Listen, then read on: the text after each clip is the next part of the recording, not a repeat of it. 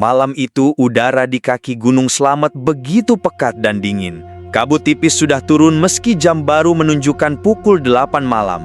Hasan berdiri di depan jalur pendakian dengan tubuh tegap, meski wajahnya menunjukkan sedikit keraguan. Ransel besar menempel di punggungnya. Senter menyorot jalan setapak yang licin oleh sisa hujan sore. Ia menghela napas panjang, lalu membaca doa perlindungan sebagaimana diajarkan gurunya di pesantren.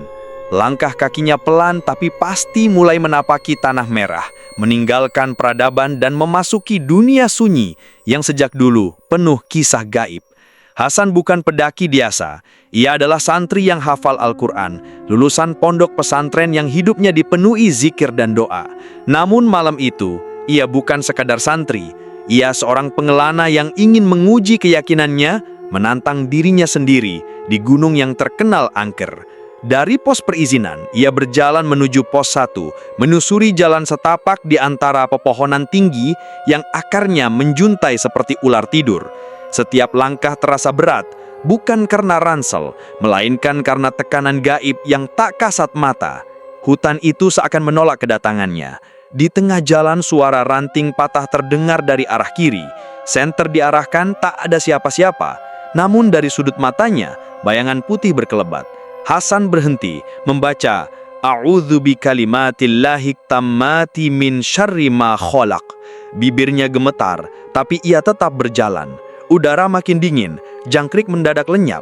Suasana hutan seperti menahan napas. Dari balik kabut, muncul sosok perempuan berambut panjang, berpakaian lusuh, wajahnya tertutup rambut, tubuhnya melayang. Hasan menunduk, melantunkan ayat kursi. Sosok itu menjerit melengking, lalu pecah menjadi asap hitam. Hasan menarik napas lega, tapi ia tahu, ini baru permulaan. Di pos 1 ia beristirahat sebentar, membaca doa lalu melanjutkan perjalanan. Jalan menuju pos 2 lebih berat. Kabut makin pekat, senter hanya menembus 2 meter ke depan. Hasan mendengar suara langkah kaki di belakang, berat dan berulang. Ia berhenti, menoleh, kosong. Ia berjalan lagi, suara itu makin dekat. Saat ia menoleh cepat, terlihat 7 makhluk gosong bermata merah membawa tombak api. Mereka mengurungnya.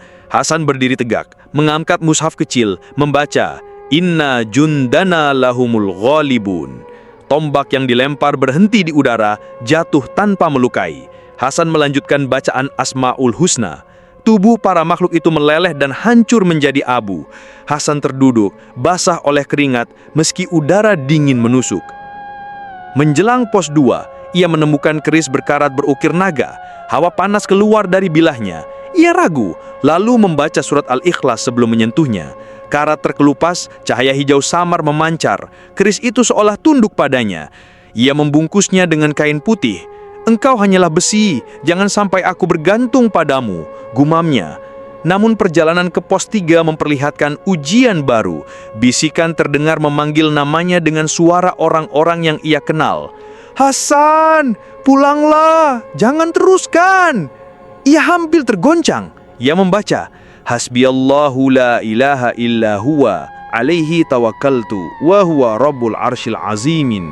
Bisikan hilang, berganti pekikan marah. Sosok tinggi hitam muncul, matanya merah seperti bara api, rambutnya menjuntai. Ia melempar batang pohon besar. Hasan berguling menghindar, membaca ayat terakhir surat Al-Hasyr. Angin keluar dari mulutnya, menghantam makhluk itu. Tubuhnya mengecil, lalu lenyap menjadi kabut. Namun tubuh Hasan gemetar hebat, kakinya lemah, ia jatuh berlutut. Tiba-tiba dari arah gelap muncul makhluk lain, lebih besar dengan tubuh menyerupai kerbau, tapi berjalan tegak. Tanduknya panjang, matanya merah, dan dari mulutnya keluar asap.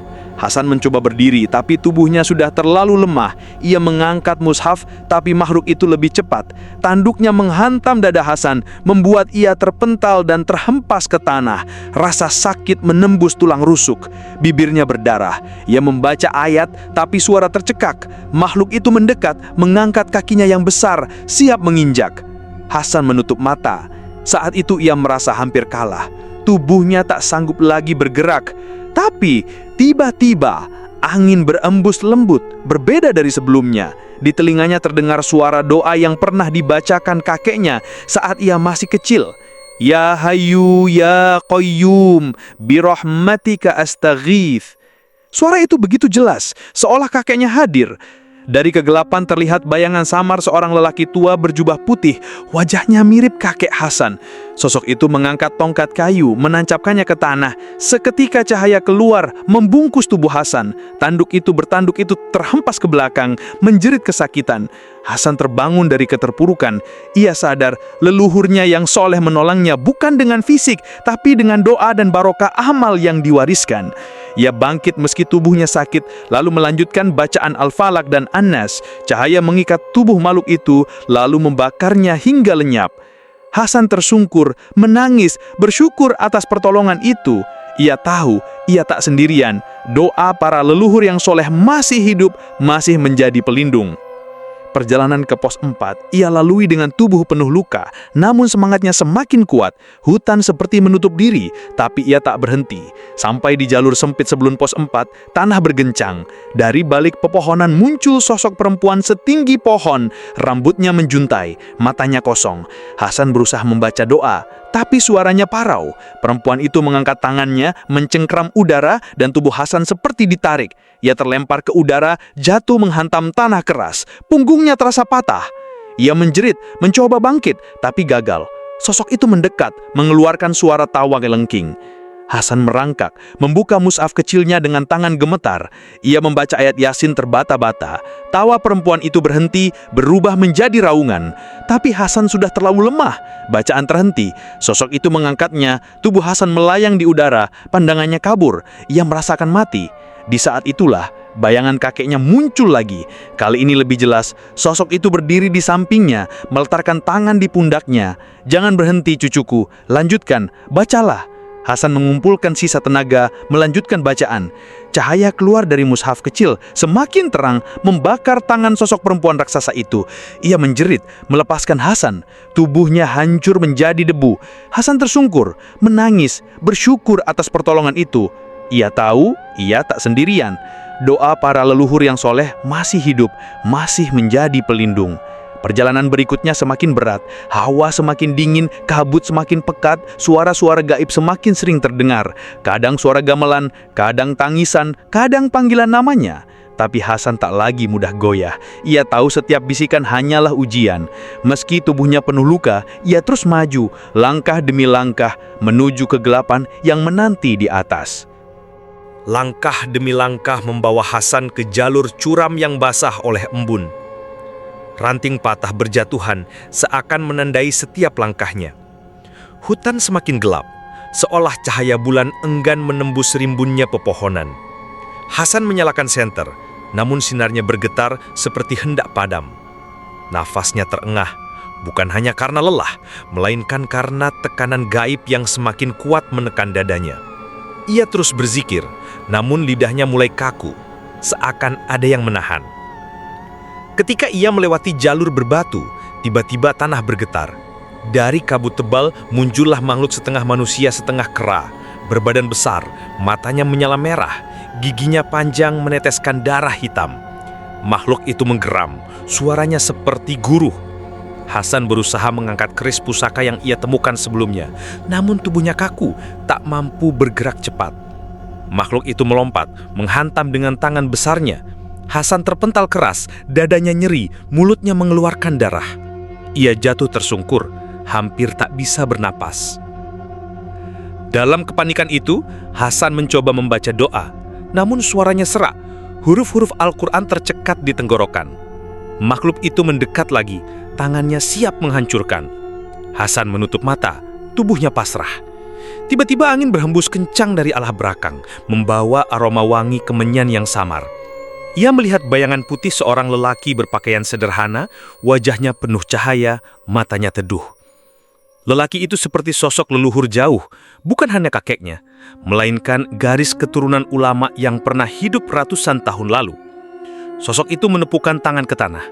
Seketika gempa kecil mengguncang. Makhluk kera itu terpental, menjerit keras. "Bangkitlah cucuku, jangan takut. Selama engkau bersama Al-Quran, tak ada yang bisa menundukkanmu." Suara itu bergema, tak hanya di telinga Hasan, tapi juga di dalam hatinya. Dengan sisa tenaga, Hasan bangkit meski lututnya goyah. Ia menempelkan keris pusaka ke tanah, membacakan ayat kursi dengan suara yang semakin lantang. Cahaya hijau keluar dari bilah keris, merambat ke tanah, menjalar menjadi lingkaran pelindung.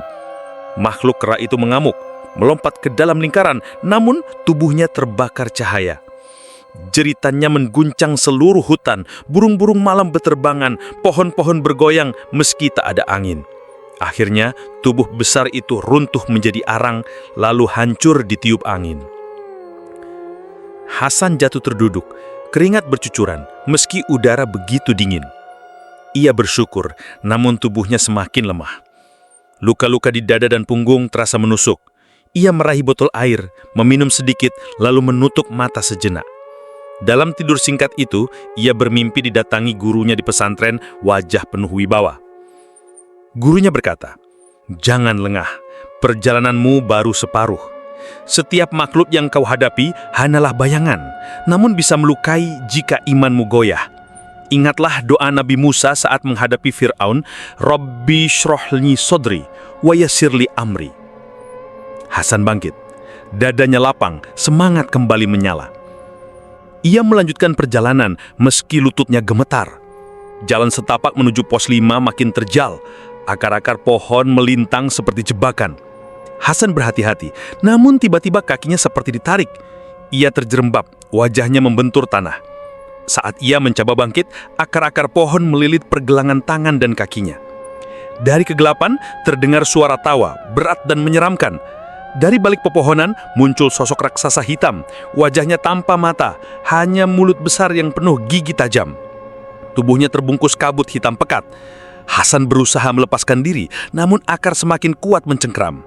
Ia berbaca doa, namun suara tawa makhluk itu menelan bacaannya. Dalam keputusasaan, Hasan menjerit, "Ya Allah, jangan biarkan aku sendirian." Seketika langit di atasnya terbuka sedikit. Cahaya bulan menerobos. Ia melihat bayangan samar-samar seorang perempuan tua dengan pakaian sederhana, mungkin leluhur dari garis ibunya. Perempuan itu melantunkan ayat-ayat dengan suara merdu. Akar yang melilit Hasan mulai melemah. Hasan segera melanjutkan bacaan dengan lantang, suaranya berpadu dengan suara leluhur itu. Akar-akar terlepas, tubuhnya bebas. Ia segera berdiri meski tubuhnya sakit, lalu menghunus keris. Membaca, Qul huwallahu ahad, sampai selesai. Keris itu bergetar hebat. Hasan menancapkannya ke tanah. Cahaya menyembur, menelan makhluk tanpa mata itu. Teriakannya mengguncang, lalu tubuhnya terbelah menjadi kabut yang menghilang. Hutan kembali sunyi, hanya suara nafas Hasan yang tersengal. Namun, perjalanan belum usai.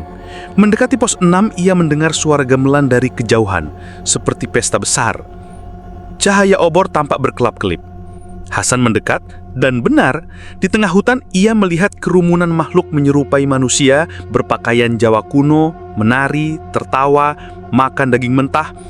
Di atas tata singgasana duduk sosok menyeramkan, tinggi, wajahnya penuh luka, matanya menyala api. Sosok itu memandang Hasan lalu tertawa. "Akhirnya kau datang, pewaris doa. Kau pikir bisa melewati kami?" Hasan menegakkan tubuhnya meski lelah. "Aku hanya hamba Allah, bukan siapa-siapa. Aku datang bukan untuk melawan kalian, tapi untuk sampai ke puncak. Jika kalian menghalangi, aku akan hadapi dengan izin Allah." Makhluk di tahta singgasana berdiri, menghentakkan tongkatnya. Tanah bergetar, dan para pengikutnya berubah wujud menjadi serigala hitam besar. Mereka menerkam Hasan. Dengan cepat, Hasan membaca doa Nabi Yunus. La ilaha illa anta subhanaka inni kuntu minadh dhalimin. Tubuhnya bersinar, cahaya menghalau beberapa serigala tapi sisanya tetap menyerang. Hasan menangkis dengan keris, satu persatu serigala terbakar, tapi jumlahnya terlalu banyak. Ia mulai kewalahan, tubuhnya penuh luka cakaran. Di saat itu, Hasan temati suara kakeknya entah dari mana asalnya. Regaklah Rabbi habli minas solihin.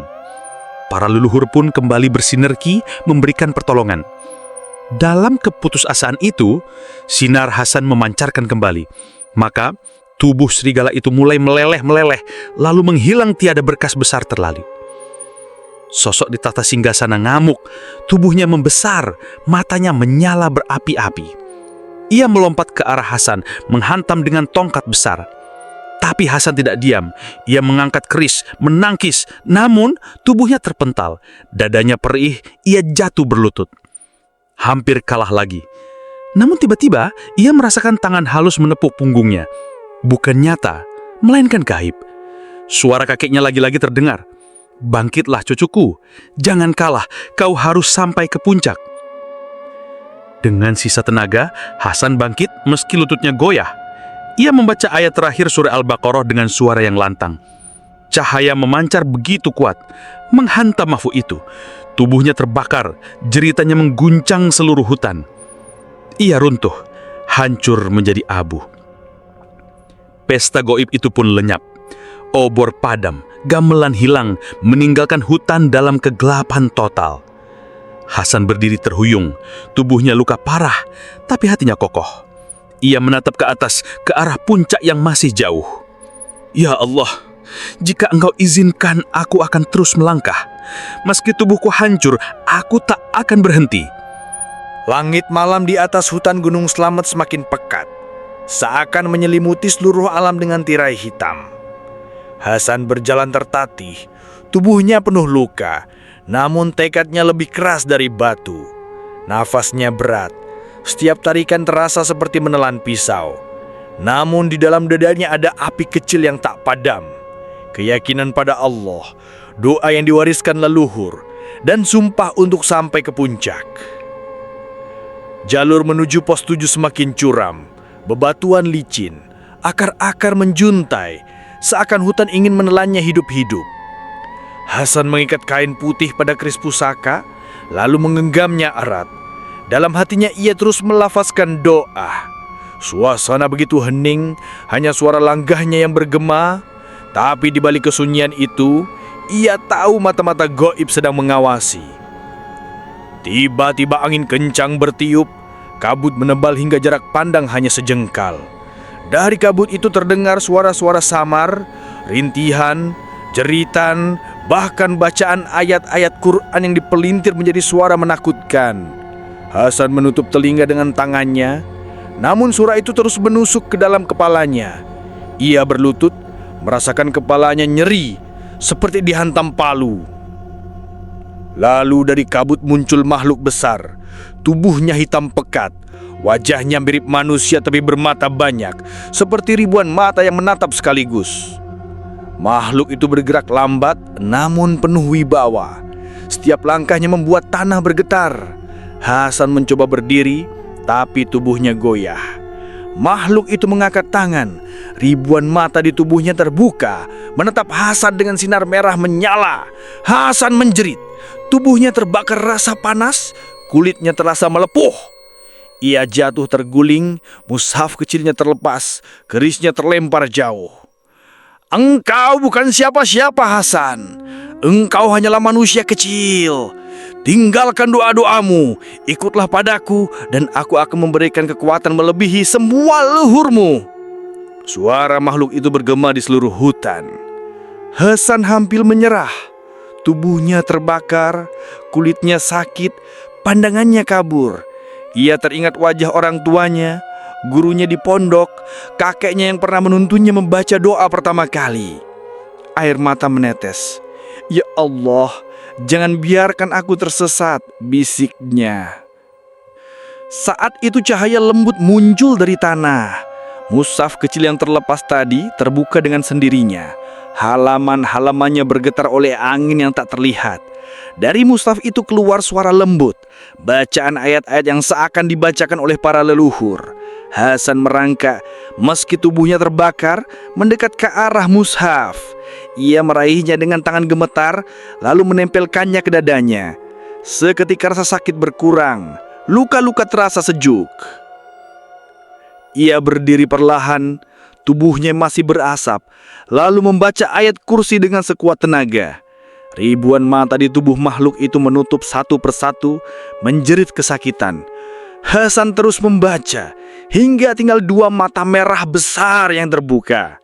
Dengan keris pusaka yang ia panggil kembali melalui doa, ia menghunusnya tinggi-tinggi, lalu menancapkannya ke tanah. Cahaya hijau menyala, menjalar seperti kilat. Makhluk itu menjerit panjang. Tubuhnya meledak menjadi ribuan serpihan api yang padam seketika. Hasan jatuh terduduk, nafasnya tersengal. Ia hampir saja binasa, namun ia selamat, lagi-lagi karena doa dan pusaka yang dipandu oleh leluhur. Ia berterima kasih dalam hati, lalu bangkit melanjutkan perjalanan.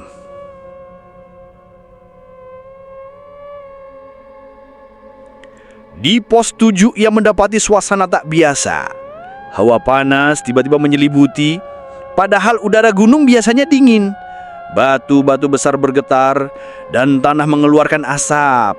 Dari dalam asap itu muncul sosok tinggi, membawa tombak berapi. Wajahnya menyerupai prajurit kuno. Hasan tahu ini bukan makhluk biasa, melainkan salah satu penjaga gaib yang konon disebut pasukan setia penunggu puncak. Pertarungan berlangsung sengit. Hasan berlari menghindari tebasan tombak api yang meledakkan tanah. Ia menyerang balik dengan keris pusaka, namun tombak itu selalu berhasil menanggis. Setiap benturan menimbulkan percikan cahaya yang menyilaukan. Tubuh Hasan terluka, lengannya terbakar. Ia hampir jatuh. Namun ia teringat doa Nabi Ibrahim saat dilempar ke api. Hasbunallah wa ni'mal wakil. Ia melafazkannya, dan api yang membakar lengan ia padam.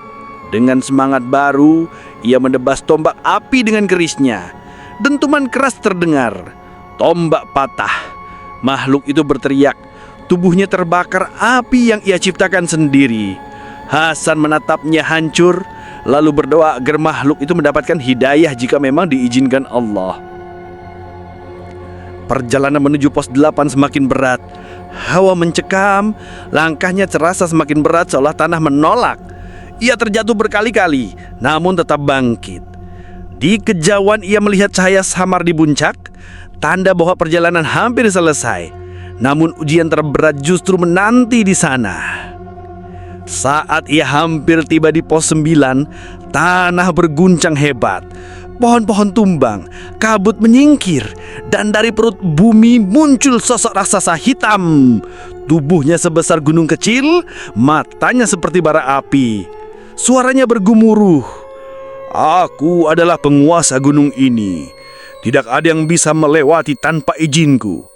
Banyak yang datang, semua binasa. Kini giliranku menghancurkanmu.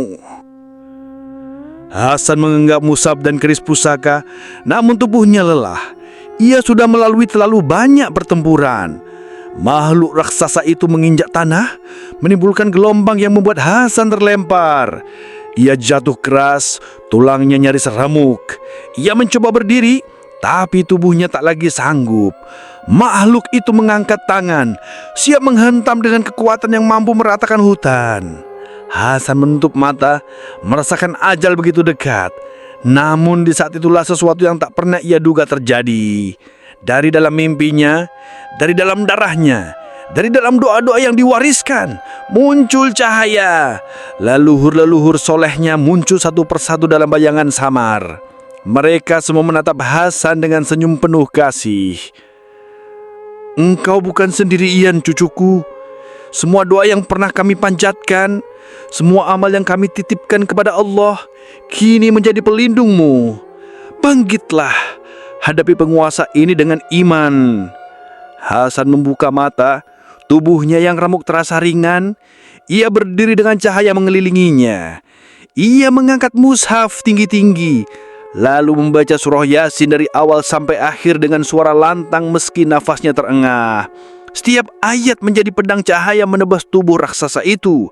Makhluk itu meraung, tanah berguncang, langit bergemuruh. Ketika sampai pada ayat terakhir, Hasan menancapkan keris pusaka ke tanah. Cahaya menjembur setinggi langit, menelan seluruh tubuh raksasa itu. Jeritannya terakhir mengguncang gunung, lalu tubuhnya meledak menjadi debu yang terbawa angin. Gunung kembali tenang, hening. Hanya suara nafas Hasan yang tersisa. Dengan sisa tenaga, Hasan berjalan perlahan menuju puncak. Langkahnya goyah, namun hatinya kokoh. Ketika akhirnya ia sampai di puncak Gunung Selamat, matahari baru muncul dari ufuk timur.